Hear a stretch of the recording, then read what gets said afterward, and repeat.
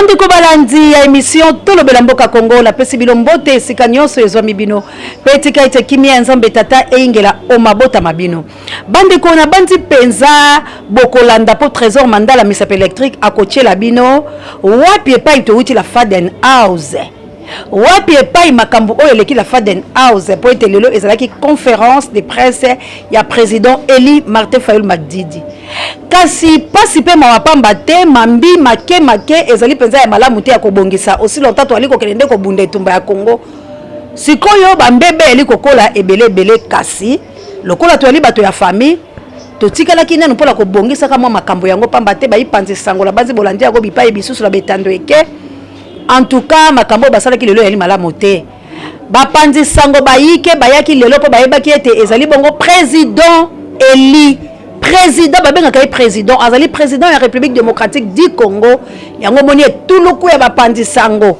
bango nyoso bayaki po ete maloba ya président Eli bayoka yango pe bakende ko pesa ka yango epa ya bato mususu o akoyi ko pesa te trésor mandala ebongi bakende yango bisika ya bato bakoyi ko kende te sika wana bazui mongoloto epesa mi toko buka lokuta te poso kinga la komi ko buka lokuta seke la li océan tende sala ki passe la bapanze sango pe passe la biso so pamba te komona océan de la presse congolaise aya kokota à la conférence de la presse bakangele porte balobo kokota te ezali simbisi ya malamu te ezali ko matisa te kasi ko kitisa nde etumba ya biso bon lelo yo nano makambo bongisa mite bino bo komi na lolenge wala bongo tango makambo ko bonga ndetala esala ki biso pasi yango bomoni ke bato bayiki balobi yango to lobi la bitumbo to liko bunda bandeko tozala bato ya ko bebisa te na utai koloba yango mikolo mileki la bemission la lobi bato bazali bayike oyo basi balembongo ya bato mabepe bali ko bebisa etumba oyo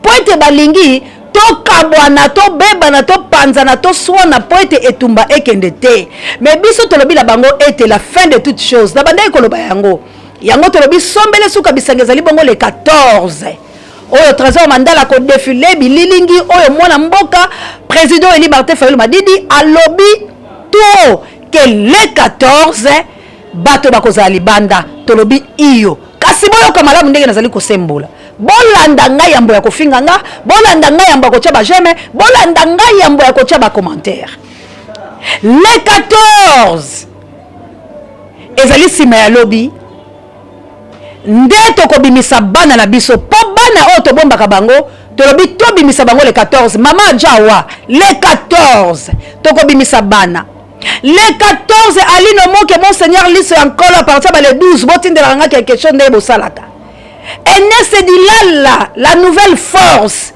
toza ko bunda pe pona bino bozana ekolo ya bapaya le 14 toko bima pona kosukisa likambo. Et puis ezali pona mbala ya liboso président Eli Martin Fayulu Madidi oyo trésor mandala misape électrique akoche la bino alobi ete banyamulenge bali ba congolais te ce sont des rwandais félicitations mon mboka po ete mongongo wana etungisa makala bato pona nini abengaka ba rwandais te mais alobi bazali ba congolais te po tribu la Congo ya lité. Merci mille encore une fois na Dacosta Mundele El Campo po bato balobi langa balobi bonyo bandika mbala moko bona nkanda opesa ta équipe technique mbote te alinde bakambo ya nkanda yangwana nalobi merci mingi na notre coordonnateur Dacosta Mundele El Campo Dieu ne m'a jamais mwana mobalo alela nzambe lokola maya komela merci encore une fois la yo Pape J directeur recherche stratégique merci la sango mokonzi parabe miso banga pasteur Didier Lompinga merci encore une fois la mon ami de tout le temps des souffrances de makamunyoso Juno Loswa merci encore une fois na bino bato boko yokanga boko benga poto silisa likambo pe boko landanga malamu to bi le 14 kilomètres plus 49 boko le connaît fa pekato le 14 maman Chantal Tambila le 14 Célestine le 14 maman Sidonie le 14 ba musulman la nyoso assalamu alaikum na maman Adja Anita Babe ifoko yo moto mo la ga ndengo salanga le 14 Anita Babe le 14 la solution vous faites bien de poser la question. S'ils veulent rester au Congo, qu'ils restent au Congo, mais qu'ils respectent la loi congolaise. Que dit la loi congolaise? S'ils veulent, comment dire, des cartes de résidents permanentes, okay? Les Congos prévoient ça. S'ils veulent, comment dire, faire une demande de nationalité, on va examiner cas par cas. Mais il n'y a pas une tribu qui s'appelle Banyamulenge au Congo. Ça, il n'y a pas. Il n'y a pas une terre réservée à cette tribu. Je reviendrai plus tard, peut-être dans une émission, dans une discussion comme ça, pour vous expliquer, parce que je me suis documenté. J'ai discuté avec les communautés, j'ai discuté avec les chefs coutumiers. Je peux vous donner les noms des chefs coutumiers. Vous pouvez les appeler. Je peux vous donner les noms de ces gens qui sont ici. Vous leur demandez quelle année ils sont venus au Congo. Et quand ils sont venus au Congo, ils se sont installés où auparavant. Le problème n'existait pas. Le problème n'existait pas, sauf dans la tête de ceux qui veulent déstabiliser les Congos. Vous parlez bien de l'ambassadeur des États-Unis. Moi aussi, je me suis étonné quand je l'ai vu là-bas. J'ai appelé tout de suite l'ambassade. J'ai appelé l'ambassade pour dire que je viens de voir l'ambassadeur Mike Hammer de l'autre côté, mais ça veut dire quoi exactement? L'ambassade m'a dit, écoutez, l'ambassadeur est en mission. Il est parti en mission, une mission de sécurité et une mission humanitaire, mais quand il rentrera, il se fera le plaisir de vous rencontrer pour que vous en parliez. Je l'ai rencontré ce matin. Je lui dis, mais je vous pose la question, votre présence, ça signifie quoi? Il dit que, d'abord, je mets le point chaud ici. Ok? Et je vais dire que les États-Unis, qui est un ami du Congo, parmi les premiers amis des premières heures, n'acceptera jamais que un seul centimètre carré du Congo parte. Les États-Unis vont continuer, je dis parce que les États-Unis c'est singulier, les États-Unis vont continuer à protéger l'intégrité territoriale. En tout cas, ça, je vous l'assure. Et c'est ce qu'il m'a dit ce matin. J'ai dit, mais pourquoi vous étiez là? Il dit que j'étais là dans un cadre humanitaire. Il y a des gens qui souffrent. S'il vous plaît, il y a des gens qui souffrent. Vous savez que l'USAID donne beaucoup d'argent pour nos populations. Nous sommes ici en train de quémander, nous sommes des gens, on cherche de l'aumône. Donc, il y a des problèmes humanitaires là-bas. Donc, c'est comme ça qu'il est parti pour ces problèmes humanitaires, des problèmes sécuritaires. Il y a des communautés, il a vu de ses yeux, vu certaines choses. Mais il s'est retrouvé là, on a dit que non, on vous appelle parce qu'il y a une manifestation. Et il ne savait pas. Voilà. Ces autorités qui étaient là l'ont appelé, et je ne sais pas si c'est pour le piéger, ça c'est moi qui ajoute. Si c'est pour le piéger, il s'est retrouvé là. Mais moi, vous allez me poser la question, est-ce que je l'ai cru? Moi je le crois. Je crois ce qu'il a dit. Et parce que je ne vois pas un ambassadeur qui va aller se présenter dans une cérémonie de ce type. Okay.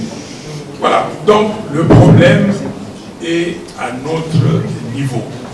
Qu'est-ce que nous voulons, nous, Congolais? Merci. Oui, une démarche de la marche à chaque endroit, chaque ville. Donc les itinéraires seront déterminés. Donc là, il n'y a pas de problème. C'est que vous devez retenir aujourd'hui qu'il y a marche le mercredi 14 octobre. À Kinshasa déjà, et à Ouvira et dans d'autres contrées, on va préciser. Alors les itinéraires seront connus. Pourquoi je ne suis pas encore coordonnateur des Namuka? Bon, ce n'était pas le sujet d'aujourd'hui, mais je ne vais pas échapper aux questions.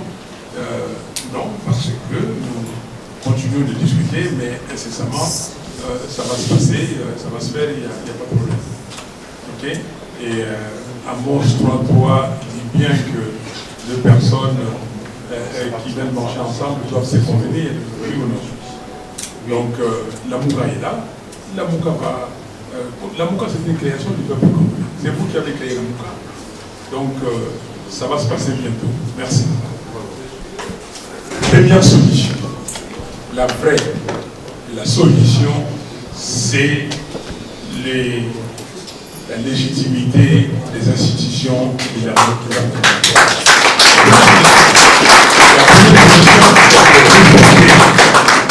le peuple congolais. De respecter le choix du peuple congolais.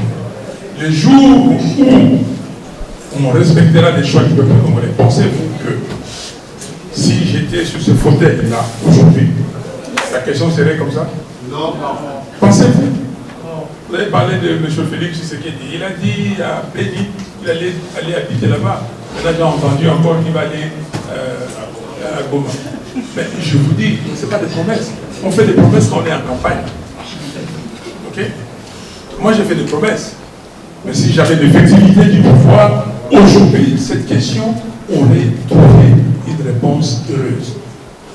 Donc, la première solution, c'est que mettre en place des institutions légitimes, avec des animateurs légitimes, c'est-à-dire choisis par le peuple congolais. Et puis après, comme vous dites, ceux qui veulent être congolais, pas simplement les gens qui viennent du Rwanda, parce qu'ils doivent déjà, eux, demander de perdre leur nationalité. Parce que le Rwanda dit qu'aucun enfant du Rwanda ne peut faire sa nationalité. Vous le savez, il faut aussi étudier ce qui se passe. Si un Burundais veut venir ici, si, comment dire, un Congolais de Brazza ou un Tanzanien, mais aujourd'hui, pour aujourd'hui, la nationalité congolaise est une et exclusive pour aujourd'hui. Ok? Il faut respecter la loi, il faut respecter la Constitution. La solution, c'est, cher ami, de demander à l'ONU d'abord qu'on sache la vérité.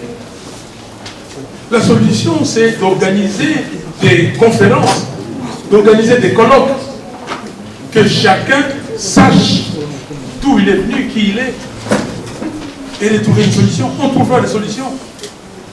Mais la solution n'est pas de brutaliser les Congolais, de tuer les Congolais, de déplacer les Congolais et de récupérer les terres. J'étais à Béni, j'ai passé la fête de la nativité à Béni. J'ai vu les gens de la MONUSCO là-bas. Comment les gens viennent? Mais les gens viennent s'installer là-bas. Pourquoi? Pourquoi ils s'y installent définitivement? Ils ne sont pas de là. La solution, c'est ça. La solution, c'est que aujourd'hui, il y a des solutions. C'est pour cela que quand vous voyez les docteurs Mukwege insister sur le tribunal pénal international, sur le Congo, c'est une des solutions. Quand on va exhumer ces rapports Mabing, lui dit, le docteur Mukwege, quand on va les sortir des tiroirs, là où ils moisissent, dans ces tiroirs des Nations Unies, qu'on va en parler, on va débattre, on saura pourquoi on a tué les Congolais et pourquoi on continue de tuer les Congolais. Parce que les rapports Mabing, c'est les massacres et les atrocités commis entre 1993 et 2003. Mais après 2003 jusqu'à aujourd'hui, c'est des massacres. Quand on saura ça, et on nous dira, voici les solutions. Parce que, qu'est-ce que nous voulons avec la justice? La justice, c'est d'abord étudier les problèmes, regarder les problèmes, aller au fond des problèmes et dire pourquoi ça s'est passé. Donc, déterminer la vérité. Quand on détermine la vérité, on s'est dit, bon, voilà, maintenant, ça mérite réparation. Comment réparer? Et quand on répare, on dit, on va réconcilier. On va trouver des solutions par rapport à tout ça. Comment réconcilier? Et comment maintenant garder la situation pérenne? Donc, c'est-à-dire que la paix soit une paix pérenne. Tous les pays du monde sont passés par ça. La France et l'Allemagne, c'était deux ennemis. Aujourd'hui, l'axe Allemagne-France, c'est l'axe qui tient l'Union européenne. La solution, c'est que ces pays soient un pays prospère. La solution, je vais vous choquer, la solution, c'est de mettre fin comment dire, à cette affaire de ces pays IRG, les Grands Lacs. Les Grands Lacs, c'est une vaste blague. Pourquoi le Congo doit faire partie de SADC, CEAC, donc l'Afrique centrale, CIRGL. Maintenant, on veut même aller en Afrique de l'Est. Nous sommes déjà dans 4, on va aller dans la 5e organisation, plus l'Union africaine. On ne paye pas de cotisations. La solution c'est aussi d'avoir une organisation sous-régionale importante. Nous sommes de l'Afrique centrale. Toute l'Afrique centrale, comprenant l'Angola, même s'il y a le Rwanda, le Burundi et tout ça, mais qu'on soit dans une organisation internationale ou sous-régionale où on traite des choses sérieuses. Lisez les auteurs. Il y a un auteur congolais qui a écrit le pourquoi de la CPG, la communauté des États et des pays des Grands Lacs. Il a écrit Mobutu, pour lui, la CPGL, comment dire, servait à lui pour son hégémonie. Il voulait être Mobutu, moi, le puissant. Donc, il se servait de CPGL. Museveni, pour lui, CPGL, c'était créer quelque chose de swahiliphone. Ça, c'est... Mais Kagame, pour lui, CPGL, c'est l'empire Ima. Il faut être clair. Batika ko fabriquer ba histoire pour que Batouba se permettre lobby ba boto la biso mabele. Nous disons non à la balkanisation du Congo, mais nous disons aussi non que le Congo n'est pas une province ya Rwanda. Congo est une province ya États-Unis. Totelemeliango makasi. Donc le 14 octobre, mercredi 14 octobre, Torozananzela. Nenga lobby ezali manifestation te ba partisans. Ezali manifestation te ya SID, to ya la muka. Non, ezali participation. Tout ce qui participation, il y a des Congolais nyonso oyo balingi unité nationale ya mboka na biso Congo. Voilà un tout petit peu ce que je peux dire. Et puis biso en tant que parlementaire, toko sala musala na biso. Nous avons interpellé déjà monsieur Rouberoy. Toko tourner ba question parce que je pense que na muto Rouberoy azo kanisa ki ba Congolais banga kai. Mais toko yebisi en face na parlement na ayebaka que Congolais abanga Rouberoy ti. Le Congolais le respecte. Mais le rôle de Saranabiso, c'est d'abord le gouvernement, mais puis le ministère de la décentralisation et Koufa. Parce qu'ils ont le ministère, moi, le ministère intérieur. Donc, toutes ces personnes qui sont pour la balkanisation du Congo, et le rôle de Rouberoy, Abani Bouzo Banaye, voilà. Merci beaucoup. Vous comprenez? Bref. Mais c'est Chilombo, sa place n'est pas à la présidence. Sa place est à limiter à la Pongi pour regretter Pongi nae. Yangwana les 14 tokotambo là. Bafwa, bachala. Pour mboka babundela yango. Mboka bakufela yango. Mais le kola mboka déjà kufa. Biso photo sécuisa Congo. Yangwana monsieur Fayoulou, président élu, tant à lobby que marche les 14, yemoko na nous liboso na joya. Nena juillet, s'il vous plaît, on s'est quitté. Ceux qui marchent à les 14 autres, Bengani, mais c'est Chilomboté, n'a continué dans un projet dans un Congo normal, qu'on installé base dans un CCCCCC, on a une responsabilité dans ngai, ya ko benga un jour Congolais normaux, oyo boyebi bangote mais bali nangai. Merci Tokangi Malobo. On a lui voir les choses, s'il vous plaît, vous avez la responsabilité na e. Tokangi Malobo. Marche to sala, ngana bengi na ba soldat. Hollanda. Oh, soldat, ça la politique, c'est faux. Avant nos citoyens, les soldats bon marché en tenue civile. Mboke Kei, Minembwe, Chilombo, après de Rwanda, on a annulé. Te banila, li kamna maloba, te basinara papier. Yangwana to bima, to tambola, pour to sauver Congo. Pour sauver to sauver Congo te. Na président Fayoulou, dananga très bien. Na Muzito, na Bemba.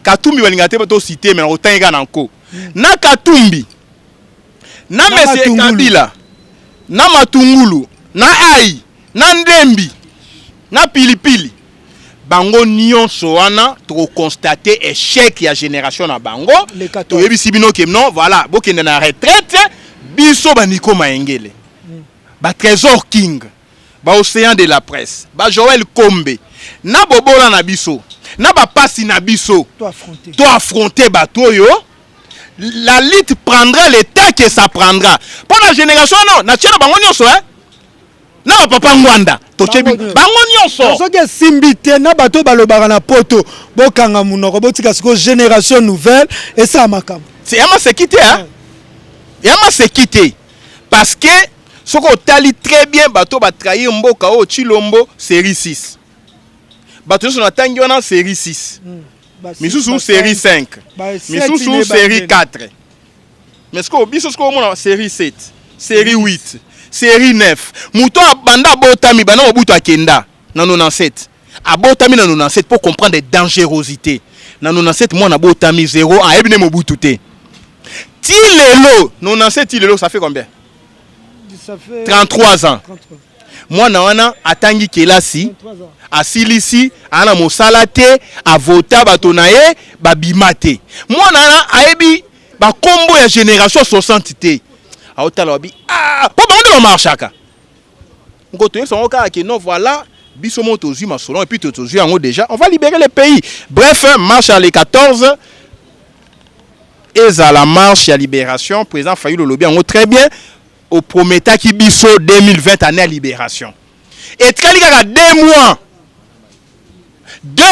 pour 2020 ici là président Fayulu na liboso le pangu na haute bana réunion na kati fona na zonga to treka na 2 mois ya pamba pour to libérer Congo. Président Fayulu lobaki année de l'action.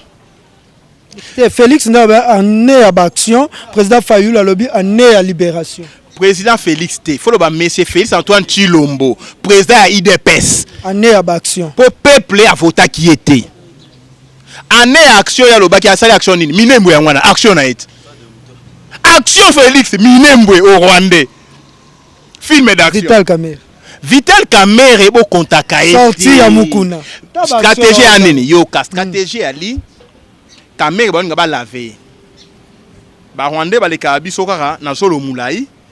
Mais baleki so na maele te baleki biso na riz na nzoto muke ba lobby lokola Tshilombo la candidat Félix pe ana kokoso pour ça la candidat pour pousser kaka 370 ans ti Jésus qui sa ozonga abi na ya okufela bino ngai déjà mutu vous comprenez et osanga mettre numéro de téléphone s'il vous plaît. Bon, ça va. Tosuka. Malade ma canicite. Si ça ma canicite. Kamerhe, non, parce que projet Kamerhe, tout ni Kamerhe. Personne projet Kamerhe. Bah, on va laver, bah, nommer président en 2023. S'il vous plaît, moi, j'ai dit les choses. Ceux qui Kamerhe, bah, libérer. Et ali ordre à Kagame, ordre à Kabila, ordre à Félix. 2023, Félix, on va candidater. Nani Kabila on va candidater. Kamerhe est candidat pour continuer le projet Minembwe. À continuer au Kata Congo. À continuer à chauffer. Mais s'il vous plaît, non, il s'habille à se quitter. Merci, c'était maître Nico Mayengele. Vous comprenez que Azana Kanda, Makamba Minembwe est à la moto nyoso. Le 14, bah, on regretté Pongi, Topé, ça va déjà valu le 13. Bolali nabino boyoko lamuka le 15 pour makambo biso to sala ou bien lamuki le 18 o biso to sali yo yebite pour to mona batu musu ba koka ko supporter ba émotion te ba ko supporter ba dégâts te ba ko supporter comment na ba tout diaspora o bosola mama oseya nazozela bobenganga papa Henri na tikelo voice ba oyo po bofinga kabiso ne to senga kabino ezaka lango mabete to senga kabino po ba ndikola so ba congolais c'est pour la bonne côté to senga kabino te ata bozo zong c'est la biso méchamment et c'est la kabiso passe mais to sala bino elongo les 14 bandeko bobenga mais to lobi boye après les 14 soki to bimina président Eli Martin Fayulu Madidi et kazongi na ndaku na ye Congo etikali kaka boye tokolobela lisusu politicien moko te à ce moment là tokoti la phase ngala yebisaka ba mama Célestine tokoti la phase on yebisaka ba mama ya moto Mojali les 14 ezali année à libération et le bamaki na munoko ya président Eli Martin Fayulu Madidi alobaki na biso ezali année à libération cela veut dire tozo kele ko libérer Congo les 14 pour to tikali kala demo na lobaki remporter le bonne année. Enfin, les 14, tous ceux qui les libérés. Tokopesa ngonga, mais tokopesa ngonga te. Ndenge tokosela, tokoloba yango te, mais les 14. Ndeko pe mususu kuna lobi ezali année ya action. Boboni action minyembo kei, wala ezaki Félix, action akangi Vital Kamerhe o bazolinga ko bongisela Vital Kamerhe pas comme président la 2023.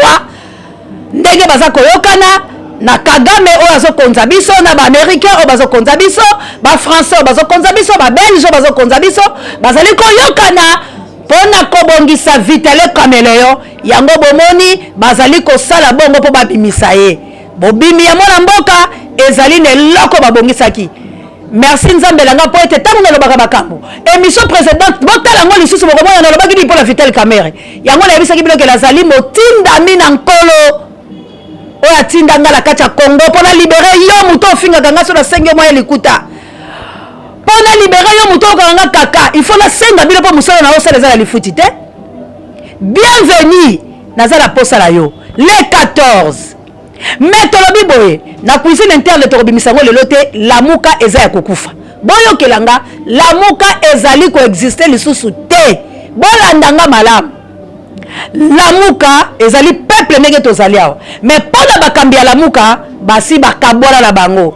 Bemba za la côté la ye oh kombo la ye mususu nani wala oyo ya kabila wala za la côté la ye boyebi etant na lutangi kombote po kombo la ye kimingai ndeko muzitu mwa nyungu pezali ko kende ye pasa la ngambo la ye Martin Fayulu pe la ngambo la ye. Lamuka c'est lamuka de peuple congolais. Lamuka ezali ya Mama Océan, lamuka ezali ya King Bukele, lamuka ezali ya Nico Maengele, lamuka ezali ya ba Germain Kambiga, ezali ya biso bato oyo totelema pona ko mobiliser, ko sensibiliser, ko conscientiser peuple. Yango tolobi boy. Les 14 lokola toko sensibiliser, lokola toko mobiliser, toko bima elongola Martin Fayulu pona kokokisa année ya libération. Soki ka tozongi na bandako, o ba panzi biso na lacrymogène, o tokimi, cela veut dire les 15. Fayulu, Muzitu, Bemba Gombo, Moïse Katumbi, Matungulu, Bankema, bango nyonso na liste ya peuple congolais bazali susu te. Parce que il faut les 14 tosilisa makambu nyonso Kabila fuite, Félix fuite, Baruberwa, banani, mutu oya ko diriger Congo et ko yimba moko Congo ya sika. C'est les 14. Bako pesa nga miniti, po bile moko boyebi ndenge ni tolobaka TV zangonga. Yango la lobi ete. Les 14 bandeko, les 14. Soki to komi les 15. Mboke zaka kaboni nyambo occupé. Congo to kimi na bandaku, cela veut dire boyo ke la biso to bunde tumbawana. Toza ba prophète ya malheur. Nous voulons la paix à toute étendue à la République démocratique du Congo, mais to boyinde ba fantaisie. To boyinde lokuta, to boyinde jalelo. Et c'est là qu'il a citoyen moko bobele mobutu c'est koko kumbadu wazabanga o alobata kokisa. Akiti na este, alobele ba Rwandais. To beti ba Rwandais pe mutu oyo yaki kosenga bolimbisi ezali bobele Kabila la suka alobi nazokenda nga kokufa na embargo bapesa Congo ti lelo bafungola te alobi guerre ezonga la Rwanda pe to beti ba Rwandais. Mais yango tozobima le 14 bandeko balandi toza kokende po tozonga te toza kokende po la bitumba mais soki tokei eke tozongi tokolobela bango lisusu te ba parti politique la Congo tokotumba yango enseignement ekotika la lolenge ezalaka kala tokolongola bilongi ya ba parti politique wana tout tokotumba yango pe bakotelema te pe bakoexiste lisusu te à partir le 15 le 16 bazali lisusu te po bango nyonso bazali kobesa biso rythme ya lokuta ya kolalisa pongi ya kobebisa etumba ya peuple congolais. Soki le 14 Félix azaka président, soki le 14 Kabila azaka na Congo, après le 14 Robert azaka la Congo, Nanga la Congo, Baboshabe la Congo, bango tout wana baza la Congo, alors tolobi ete ba politicien ba coexister lisusu la République démocratique du Congo te, pe parti politique ata mon côté goza na Congo, c'est nous maintenant tozo relève ya ko telema ya ko bunde tumba pour la libérer République démocratique du Congo. Na lobi matondo bingi engile pala bino na fingi motote océan tele makolo babo sembo na lobi bo sembo po ete bitumba la biso ezangi tina. Batu bayiki balobi la ngali ka papa nganda. Na sukisa abande ko pesa minute muke. To boyi maloba ya papa Honoré Mbanda te. Mais tolobi bo papa Honoré to ko bundela batu bitumba ya mosika te. To lingi bitumba ya pembeni. Papa Honoré Mbanda oali na poto na mboko ali na loi biso to ali awa na mboko ali na loi te. Banda tongo la lemo tekete na tamboli bana nga bale eloko te mais bino bozali malamu. Toko boya ba mot d'ordre na bino te. Mais tolobi ba mot d'ordre na bino elandisa mana misala. Toko kumisa moto te pour la sentiment ya kokumisa. Tolobi to bunda awa la Kinshasa. Papa Honoré ka Kinshasa to tambola to bunda tumba. Le 14 toko kende futa biyo zali nango to bunde tumba. Soko zali na biyete pesa biso misolo toko loba. Tinda misolo na yo.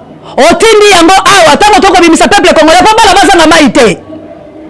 Bana bazanga to bazanga ki mayo bazanga te to zala misolo ba poche ko pesa ka bango wana kaka bazako lia bazomo na ambiance to bemeli bango ba gane to bemeli ba chikata to bemeli bango ba mbangi to bemeli biloko tu. Mais ba mot d'ordre ko pesa ka biso libanda o to zala siba papa mbana pona ko sala bete to ko ka lisuba mot d'ordre ya libanda te. To lingi to nyoko biso so to mona pasi yango. Po biso to ko nyoko awa l'hôpital te, l'otiliki te, fufu te, kelasi te, mabe na mabe mais quand même bilo la poto bofani malamu.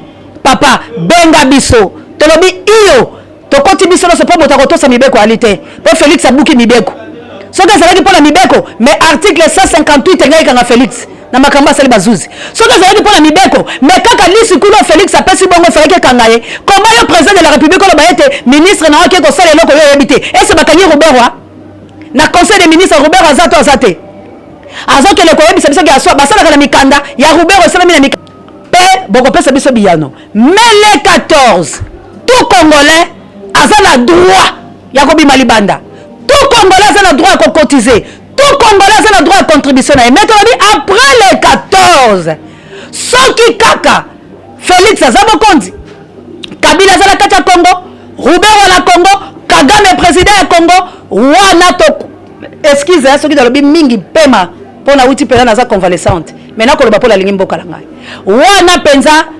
enseignement ba parti politique okola la paix politicien boko kolobate malobalanga ya suka yangwana merci na yo Claude Moke olobaki ko bengo bengite élégant merci na yo Claude Montana de Danemark ata boko benga te mais boko lingaka ke na lobaka yanga petanga na koloba bobolo bio la zaka muntu babe grand frère propre merci na yo penza Guy Mapendo wa bolingo baba kisa dollar Guy Wanzambi to ko mona na témoin mikolo belé Anita babe il faut que yo moto Willy le chancelier la classe et la différence bo sala kama kambo ya malamu to lobi les 14 vive la République démocratique du Congo les 14 nanou ato benga kinga te metolobi les 14 bakulaka boka boyoki tombele libino grand frère propre la plus 41 Abdul Makengele na banzo yokinga nzambe ya lola aza na bino Congo au Congolais après les 14 ndeto koyeba nani aza vrai Congolais bye.